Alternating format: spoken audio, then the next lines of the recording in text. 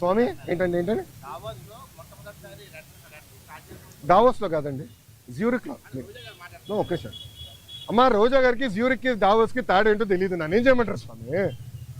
పాపం ఆమెకు తెలీదు, దాంతో అవగాహన లేనట్టుంది. కొంచెం వాస్తవాలు ఏంటి, జ్యూరిక్లో మేము దిగిన రోజు తెలుగు వాళ్ళందరూ బాబు గారిని కలవాలంటే మండే ఆఫ్టర్నూన్ 700 మందితో, ఎందుకంటే అక్కడ అందరూ బాగా కష్టపడతారు ఉద్యోగాలకు వెళ్ళే వ్యక్తులు. మండే ఆఫ్టర్నూన్ 700 మందితో మీటింగ్ పెట్టుకున్నాం.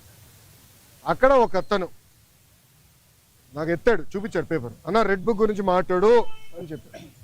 అతనికి సమాధానం చెప్తూ నేను మాట్లాడాను, డావోస్ నేను మాట్లాడాను. రెండోది మళ్ళీ చెప్తున్నా, రెడ్ బుక్ గురించి ఎందుకు వాళ్ళు భయపడుతున్నారు? రెడ్ బుక్లో విశాఖపట్నంలో చెప్పా, విజయనగరంలో ముగింపు సభలో కూడా చెప్పా. రెడ్ బుక్లో నేనేం చెప్పా, ఏ అధికారులు నాయకులు చట్టాన్ని ఉల్లంఘించి ప్రజల్ని తెలుగుదేశం పార్టీ కార్యకర్తలు ఇబ్బంది పెట్టారో వాళ్ళని నేను వదిలిపెట్టను అన్నా. ఎందుకు భయపడుతున్నారు స్వామి?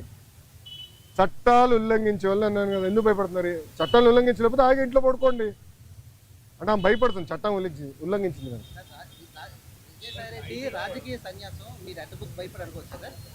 అది ఆయన అడిగితే బాగుంటుంది సార్, నాకేం తెలుసు. నేను చట్టాన్ని ఉల్లంఘించే వాళ్ళని ఇబ్బంది పెడతాను నేను.